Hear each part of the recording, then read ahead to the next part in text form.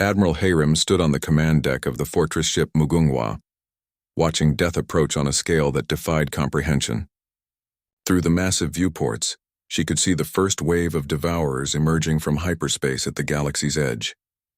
Each construct was the size of a moon, twisted amalgamations of consumed matter that pulsed with dark energy. They moved with purpose that spoke of terrible intelligence, spreading out to attack multiple star systems simultaneously. Distance to lead elements, she asked calmly. 50 million kilometers in closing, reported her tactical officer. Estimated time to weapons range, 47 minutes. Hayrim had commanded the outer perimeter defenses for 6 months, overseeing the construction of the most powerful defensive network in galactic history. Gravity mines floated in carefully planned patterns. Reality anchors hummed with power that could lock space itself into rigid patterns. Weapons platforms the size of asteroids waited for targets. Signal all defensive positions, she ordered. Weapons free, fire at will. The battle began with humanity's opening move.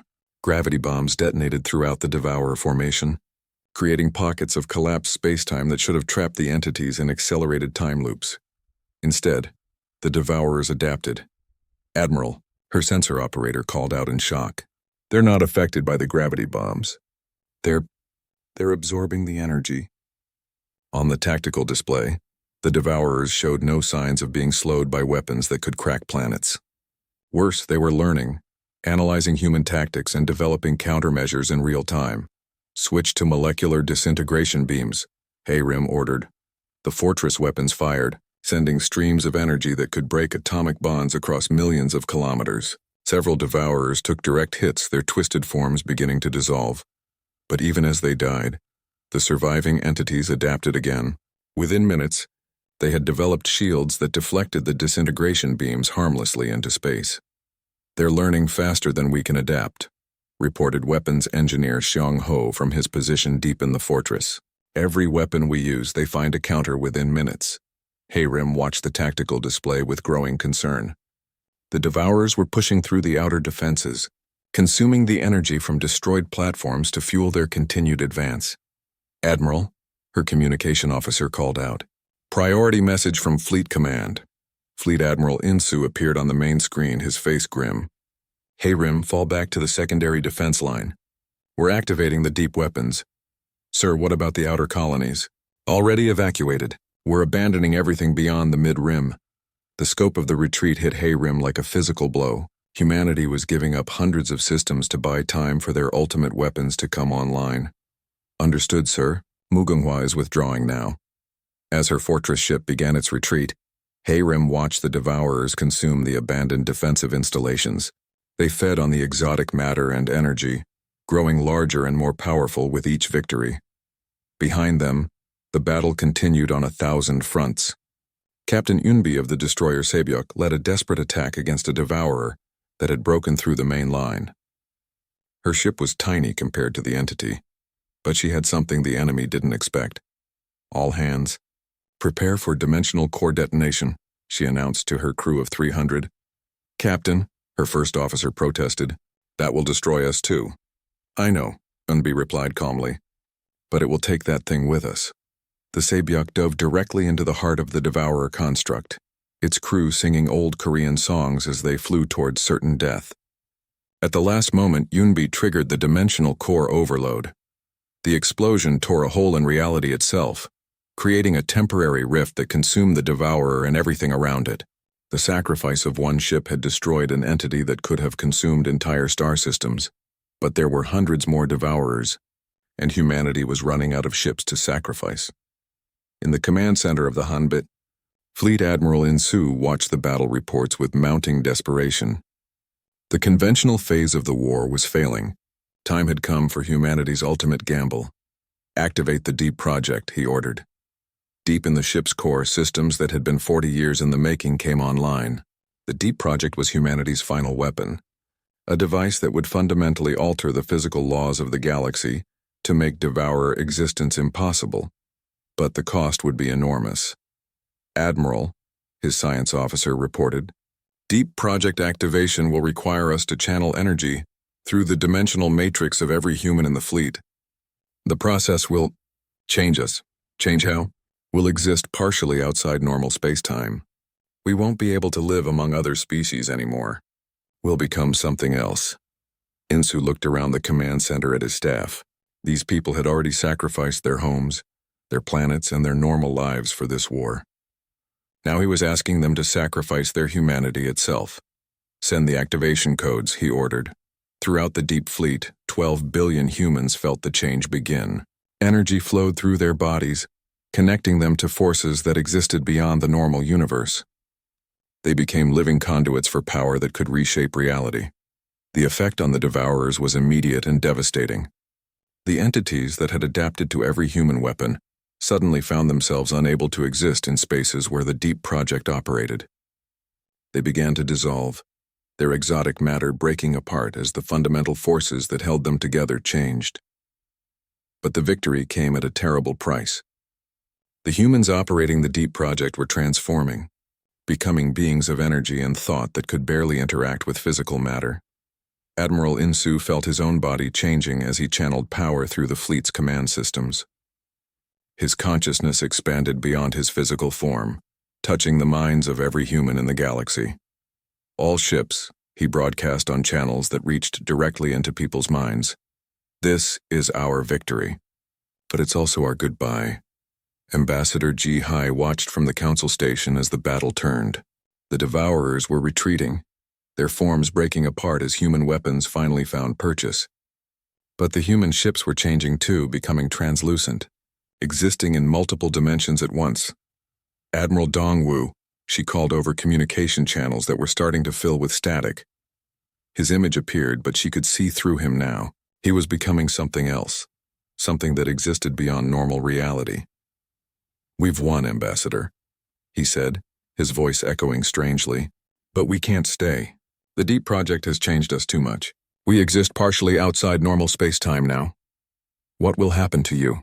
We'll return to the void between galaxies. We'll watch for other threats, other enemies that might threaten life itself. This galaxy is safe, but the universe is vast and full of dangers." Jihei watched as the human fleet began to fade from normal space. The massive ships that had once seemed so solid were becoming ghostly, preparing to slip into dimensions where ordinary matter couldn't follow. "Will we ever see you again?" Dongwu's form was almost completely transparent now. "When the galaxy faces extinction again, we'll return. We are its guardians now, whether it knows we're there or not." The last transmission from the Deep Fleet was Admiral Insu's final message. "To all species of this galaxy, live well.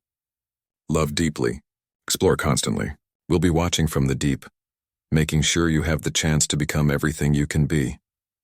Then they were gone, taking their impossible technology and transformed humanity with them.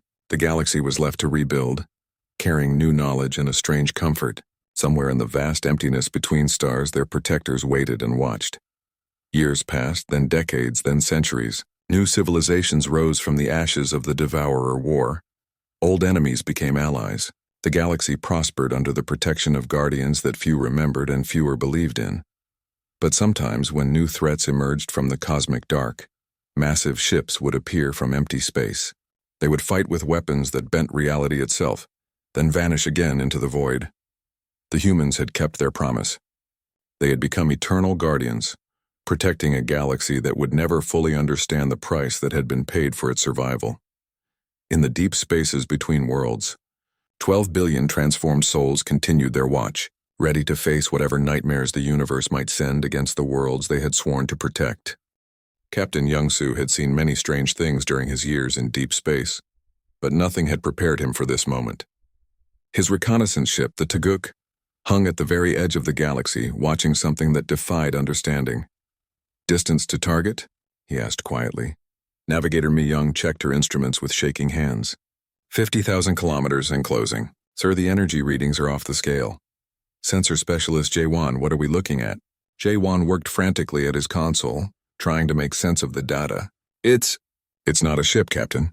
It's not anything natural either. It's like someone built a nightmare and gave it the power of a star." Through the view screen, the Devourer construct filled their vision. It was a twisted amalgamation of consumed ships, planets, and debris, all held together by forces that violated known physics. Tendrils of dark energy writhed around its form, reaching out to touch a nearby star. As they watched in horror, the star began to dim. The devourer was feeding, drawing energy directly from the nuclear fires that had burned for billions of years. "Captain," Mi-young whispered, "it's not just consuming the star's energy. It's converting the matter into more of itself. It's growing." Young-Soo had spent 3 years on the edge of space watching for the first signs of the devourer invasion. The waiting was over. The enemy had arrived. "Send a priority message to Fleet Command," he ordered. "Full sensor data, all frequencies. The Deep Fleet needs to know what we're facing." As J1 transmitted their findings, the devourer suddenly stopped feeding. For a moment that stretched like eternity, it seemed to look directly at their tiny ship. "Captain, it's moving toward us," Mi-young reported. "Maximum speed. Back to Council space now." The Tuguk jumped to hyperspace just as tendrils of dark energy reached their previous position. Behind them, the star continued to die, its light fading as the devourer consumed its very essence. 3 days later, the news reached Council space. The first confirmed devourer had entered the galaxy. Panic spread faster than the speed of light, as communication networks carried the terrible news to every civilized world. Ambassador Ji Hai stood in the Council emergency session, watching as representatives from 12 species struggled to comprehend the threat. Some demanded immediate evacuation to other galaxies. Others fell into despair, believing the fight was already lost. "Order! Order!" she called, trying to maintain some semblance of control. "We need organized response, not panic." "Organized response?" Feltar's forearms waved frantically. "You've seen the sensor data. That thing consumed a star like it was eating fruit." War leader Thexon of the Kalos Empire stood at his podium, his armored form radiating defiance. "The Kalos will not run from any enemy, but we demand access to human technology if we're to fight these monsters." Admiral Dongwu had been listening quietly from the human delegation area. Now he stood and walked to the center of the chamber. "The devourer you encountered is a scout," he said calmly. "Our long-range sensors show hundreds more following behind it. They'll reach populated systems within 6 months. Then give us your weapons," Thexon demanded. "We have warriors ready to fight." "No," Dongwu replied simply. The chamber erupted in angry voices. Species that had agreed to cooperate now turned hostile. The prospect of facing the devourers without human weapons terrified them. "You would let us die defenseless," Feltar accused. "I would keep weapons that could destroy reality out of hands that aren't ready for them," Dongwu shot back. "Some of our technologies are too dangerous to share ever." Thexon's patience finally broke. "Then we'll take what we need." The Kalos war leader activated a hidden signal device. Outside the station, a dozen Kalos battleships dropped their cloaking fields and powered up their weapons. "Stand down your ships." "War leader," Dongwu warned. "Give us your technology or face the consequences." What happened next lasted less than 30 seconds. A single human ship, no larger than a council cruiser, appeared near the Kalos fleet. It fired once. All 12 enemy ships went dark, their power systems disabled but their crews unharmed. "The Kalos Empire is no longer welcome in this cooperation," Dongwu announced. "Any further hostile action will be met with permanent consequences." Thexon stared at his dead fleet, then stalked out of the chamber without another word. Ji Hai restored order, but the damage was done. The demonstration of human power had frightened as many species as it reassured. "What do you need from those willing to help?" she asked. Fleet Admiral Insu stepped forward with a data pad. "Raw materials, industrial capacity, and personnel. We're beginning immediate construction of defensive installations throughout the galaxy." "What kind of installations?" "Fortress worlds, mobile battle platforms, gravity weapons that can trap devourers in accelerated time, reality anchors that prevent them from phasing between dimensions." The scope of construction he described was staggering. Humanity planned to fortify hundreds of systems simultaneously, turning the entire galaxy into a defensive network. "How long do we have?" asked Dr. Kelvek. 6 months before the main invasion force arrives," Insu replied. 2 years before they reach the galactic core. "After that," he shrugged, "we either win or everything dies." Over the following weeks, the galaxy transformed. Human construction ships appeared in system after system, beginning work on defensive installations that dwarfed anything previously built. Coordinator Sora oversaw the integration of alien personnel into human support roles. The work proceeded with frightening efficiency. Entire asteroid belts were converted into weapons platforms. Space stations the size of small moons appeared seemingly overnight. The humans worked with mechanical precision, driven by decades of single-minded purpose. Not all species participated willingly. Several smaller civilizations simply fled, heading for other galaxies in desperate hopes of escape. Others fell into despair, their governments collapsing as citizens rioted in the streets, but many chose to fight. Altarian engineers worked alongside human technicians. Hegemony scientists studied devourer data. Even former enemies put aside their differences to face the common threat. Youngsu's ship continued its dangerous work at the galaxy's edge, monitoring the growing devourer presence. Each day brought new horrors. Entire systems went dark as the entities consumed everything in their path. "Captain," J1 reported during one patrol, "I'm detecting movement in the outer rim. Massive signatures heading for inhabited systems." "How many?" "Dozens, maybe hundreds. They're moving faster now, like they're excited about something." Mi-young checked her navigation charts. "Sir, their course will take them directly through the hegemony border worlds." Youngsu opened a communication channel. "All ships, all stations, this is reconnaissance vessel Taeguk. The main devourer force is moving toward populated space. Estimated time to contact, 6 days." As his message spread through the communication networks, the galaxy prepared for its first real battle against an enemy that consumed stars for breakfast. In shipyards and fortress worlds, humans and aliens worked desperately to ready their defenses. The age of cooperation was ending. The age of war was about to begin. Admiral Insu stood on the bridge of the Hanbit, watching tactical displays that showed devourer movements throughout the outer galaxy. His staff worked quietly around him, coordinating the deployment of thousands of ships. "Admiral," reported his tactical officer, "all defensive positions are reporting ready status. And the experimental weapons?" "Standing by for field testing," Insu nodded. 40 years of preparation had led to this moment. Humanity had sacrificed everything to become what the galaxy needed them to be. Now they would discover if it was enough. "Send message to all forces," he ordered. "The storm is here. Hold the line." Engineer He-jin stood before a room full of council scientists, all staring at her with mixtures of amazement and fear. The technical briefing had been going on for 3 hours, and she had barely scratched the surface of what humanity had accomplished. "The matter conversion systems allow us to turn asteroids into hull material within hours," she explained. "Manipulating a 3-dimensional display, we can construct a battlecruiser from raw space debris in less than a week." Dr. Kelvik, the council's top physicist, raised a tentacle. "The energy requirements for such conversion would be enormous." "How do you power these systems?" He-jin smiled. It was not a pleasant expression. "We learned to tap directly into subspace energy streams. Each of our major ships carries what you might call a pocket universe reactor." The room fell silent. Subspace energy manipulation was theoretical for most species. Humanity was using it as everyday technology.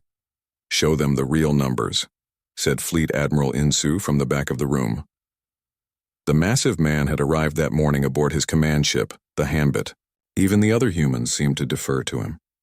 He was the supreme commander of the entire Terran Deep Fleet. Ye-jin nodded and changed the display. New numbers appeared that made several scientists gasp. "The advance force you met consists of 3 scout vessels. The actual Deep Fleet has 10,437 ships of various classes. Our smallest cruisers are 5 kilometers long. Our largest construction ships are the size of small planets." "Impossible," breathed Dr. Kelvik. "The resources alone. We strip-mined entire systems in the void," Insu said calmly. "Dead systems with no life to protect. We built automated factories the size of moons. For 40 years, we did nothing but prepare for this war." Ambassador Ji-hai studied the fleet composition data. Humanity had become a mobile civilization, living entirely in space. Their ships weren't just vessels, they were cities, factories, and worlds all in one. "How many people?" she asked. 12 billion humans live in the Deep Fleet," Insu replied. "Every person born since the Exodus has known only the void. They've never seen a planet or breathed natural air." The cultural implications were staggering. An entire generation raised for war, trained from birth to fight an enemy that consumed galaxies. These weren't the same humans who had left decades ago. Council Speaker Veltar entered the briefing room, his expression troubled. Admiral Insu, several member species are requesting demonstrations of your technology. They want proof of your capabilities. Of course they do, Insu said. Take them to Observation Deck 7 in 1 hour. As the meeting ended, Ji-Hai approached the human admiral. Up close, she could see the changes that space had made in his people. His skin was pale from lack of sunlight, but his eyes held depth she'd never seen in the old humans. Admiral, may I ask you something personal? Of course. Do you ever regret the choice your people made? Giving up your homes, your worlds? Insu was quiet for a long moment. Every day. But regret is a luxury we can't afford. The Devourers don't negotiate. They don't show mercy. They simply consume everything in their path. An hour later, Ji-Hai stood on the observation deck with 30 other council representatives. Through the transparent aluminum windows, they could see empty space dotted with distant stars. Beginning demonstration, announced Captain Sujin over the communication system. Space shimmered, and suddenly a ship appeared where nothing had been before. It was sleek and deadly, bristling with weapons that hummed with barely contained energy. Dimensional folding technology, Hyojin explained. We can hide our ships in pocket dimensions, then deploy them instantly anywhere within a light-year radius. The demonstration ship fired a single shot at an asteroid floating nearby. The rock simply ceased to exist, converted to energy in a flash of light that left nothing behind. Molecular disintegration beam, Hyojin continued. It breaks the atomic bonds of any matter it touches. War leader Thexan of the Kalos Empire watched with obvious hunger. Such weapons could conquer any world. Yes, Insu agreed. Which is why we'll never share the technology. What gives you the right to decide that? Thexan demanded. Insu turned to face the alien warrior. The same right you claim when you choose not to share your military secrets. The difference is our secrets could destroy reality itself if misused. The demonstration continued. Ships appeared and disappeared at will. Weapons that could crack moons fired harmlessly into space. Defensive shields that could deflect star-level energy beams activated and deactivated like light switches. How do we know you won't use these weapons against us? Asked Dr. Kelvek. Captain Sujin answered. Because if we wanted to conquer you, we would have done it already. This demonstration could have been an attack. Every council world could be ash right now. The brutal honesty was typical of the new humans. They had lost the diplomatic niceties their ancestors had practiced. 40 years in the void had burned away everything except purpose. What about the Devourers? Ji-Hai asked. Are your weapons effective against them? We think so, Insu said carefully. But they adapt quickly. What works once might not work twice. That's why we need conventional forces as well. Numbers matter in this kind of war. The demonstration ended with the appearance of a construction ship. The vessel was massive beyond comprehension, larger than many space stations. Within minutes, it had begun building a defensive platform from raw materials. We can construct a full battle station in 48 hours, Hyojin reported. Given enough resources, we can fortify entire systems in weeks. As the council representatives returned to their ships, each carried the weight of what they had seen. Humanity had become something beyond their understanding. They wielded power that could reshape galaxies, yet claimed to use it only for defense. Later that evening, Ji-Hai met privately with Admiral Insu in his quarters aboard the Hanbit. The command ship was a city in space, housing millions of humans and serving as the mobile capital of their civilization. Admiral, I need to ask about your people's transformation. How did 40 years change humanity so dramatically? Insu gestured to a window showing the vast ship's interior. Levels stretched in all directions, filled with purpose-driven activity. Everyone she could see was working toward the same goal. When you know that failure means the death of everything you've ever loved, you change, he said. We had to become what the threat required us to become. Individual desires became secondary to species survival. And after the war? What happens to humanity then? We don't know. We've spent so long preparing for this fight that we haven't thought much about what comes after. Maybe we'll settle new worlds. Maybe we'll stay in the void. Maybe the war will change us even more. Ji-Hai studied his face. You're afraid of what you've become. Not afraid, concerned. We're still human, but we're also something else now. Something harder, something that can make the choices necessary to survive this war. As she returned to her own ship, Ji-Hai carried a new understanding. Humanity hadn't just built a fleet during their exile. They had rebuilt themselves, transforming from a curious, exploring species into a focused, unstoppable force. The question that haunted her was whether anything would be left of the old humanity once the war was over, or if the Devourers had already claimed their first victory by forcing humans to become something else entirely. In the distance, the massive ships of the Deep Fleet hung in space like sleeping giants, waiting for orders to defend a galaxy that was only beginning to understand the price of survival. The Galactic Council chamber had never seen such chaos. Representatives from 12 species argued loudly as they watched the massive human ships approach the station. Each vessel was larger than some of their home cities. Ambassador Ji-hee of the Altarian delegation stood at her podium, trying to maintain order. The humans are requesting immediate audience with the full council. Their message says they bring urgent news about a galactic threat. Threat? Speaker Veltar's forearms waved angrily. The only threat I see is 3 moon-sized warships appearing without warning. The Kalos representative, war leader Thexon, slammed his armored fist on his desk. Where have they been for 43 years? Why didn't they contact us? This feels like an invasion disguised as diplomacy. Ji-hai had read Commander Taeho's report 3 times. The human ships showed technology far beyond anything the Council possessed. Their energy readings suggested power sources that could light entire star systems, yet they claimed to come in peace.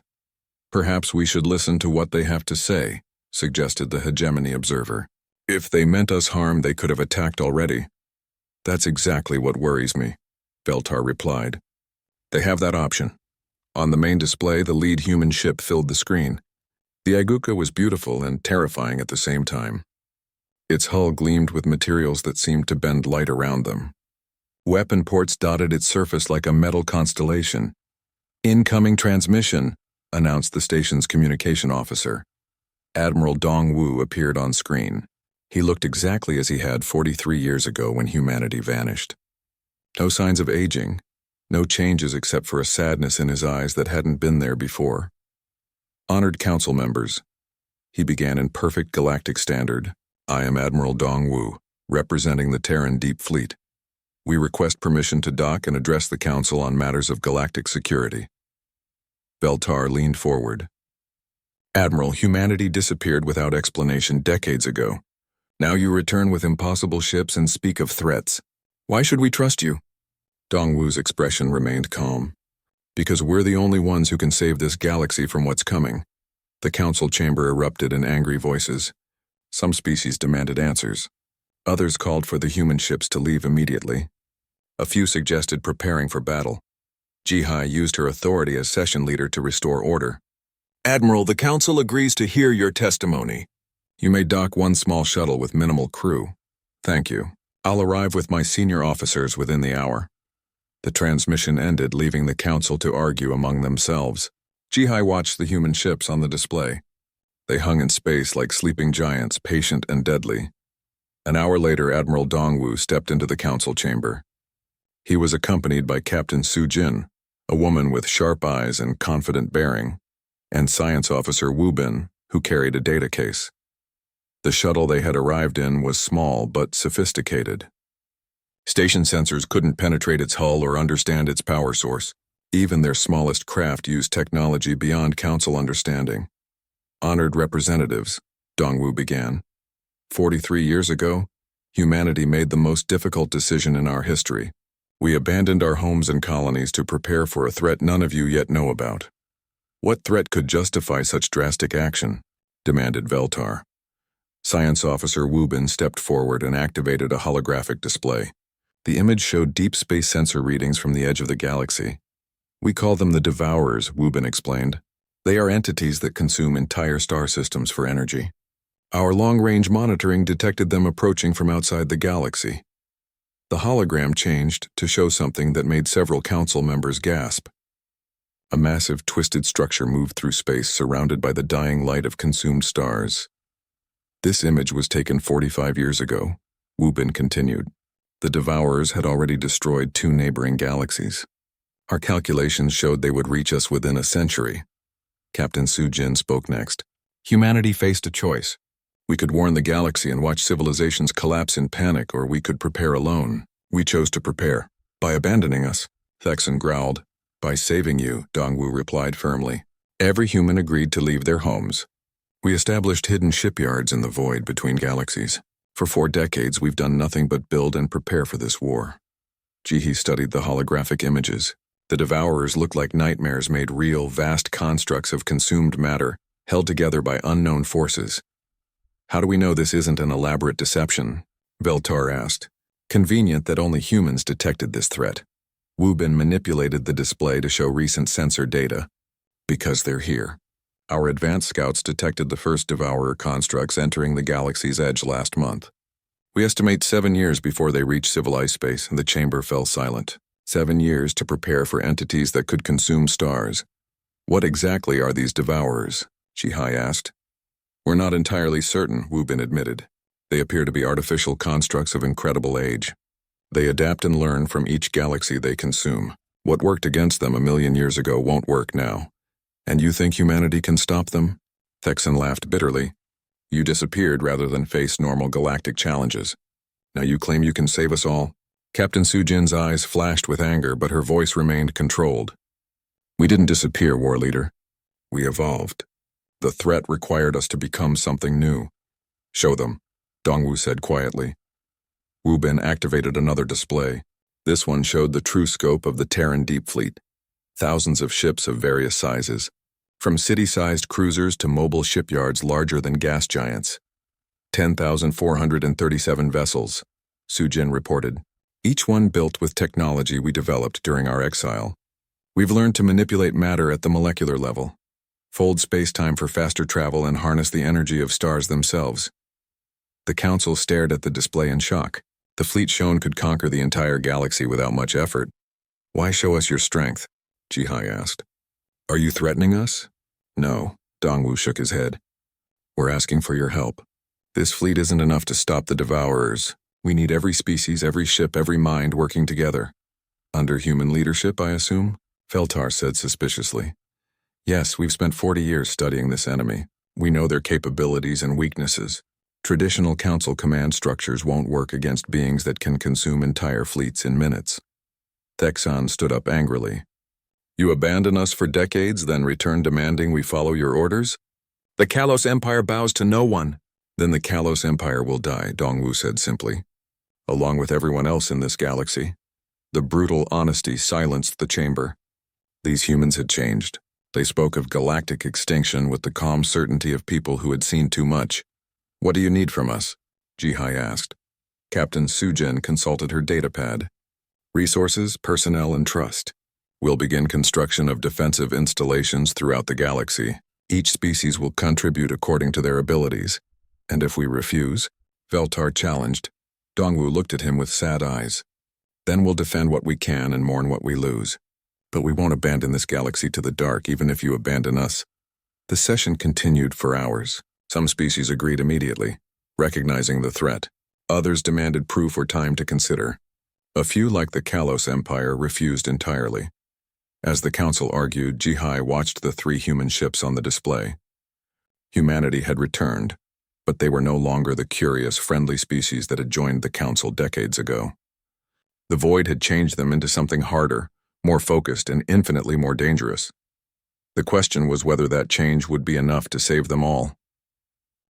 Commander Tejo stared at the empty space where Earth's colony of New Sol once thrived. 43 years had passed since humans vanished from the galaxy. No one knew why. No one knew how. They just disappeared one day, leaving behind empty cities and silent ships. His ship, the Bright Star, patrolled this dead sector of space. Most aliens avoided these areas now. They called them the ghost zones. Tejo's crew was different. They were curious about what happened to humanity. Commander, called Lieutenant Boram from her station, I'm getting strange readings on long-range sensors. Tejo walked over to her console. The young officer looked worried. She had been monitoring space traffic for 5 years, but had never seen anything like this. What kind of readings? He asked. Energy signatures. Very large ones. They're moving toward us from deep space. Boram's fingers danced across her controls. Sir, these readings are bigger than anything in our database. Engineer Kyung Min looked up from his repair work. Could be a solar storm or space anomaly. No. Boram shook her head. These are artificial. Something made them. and they're moving with purpose. Taeho felt a chill run down his spine. The Galactic Council had 12 member species. He knew the energy signatures of all their ships. This was something else entirely. Where are they coming from? He asked. Boram checked her readings again. The direction of New Sol system, sir. The bridge went quiet. New Sol had been humanity's second largest colony. When the humans vanished, investigation teams found empty buildings and powered down machinery. No bodies, no signs of fighting. Just emptiness. That's impossible, Kyung-min said. That system has been dead for decades. I know what I'm reading, Boram replied firmly. 3 massive energy sources. They're bigger than our capital ships. Much bigger. Taeho made a decision. Set course for New Sol system. Maximum speed. Sir, shouldn't we report this to command first? Kyung-min asked. We will. After we see what we're dealing with. The bright star jumped to hyperspace. The journey to New Sol would take 6 hours. Taeho spent the time reviewing old files about humanity. They had been strange but promising members of the Galactic Council. Their technology was average, but they were creative problem solvers. Humans had colonized 27 worlds in just 2 centuries. They were traders, explorers, and diplomats. Some aliens found them annoying because they asked too many questions.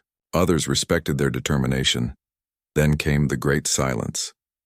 On March 15, 2344, every human settlement went quiet at exactly the same time. Communication stopped. Ships stopped moving.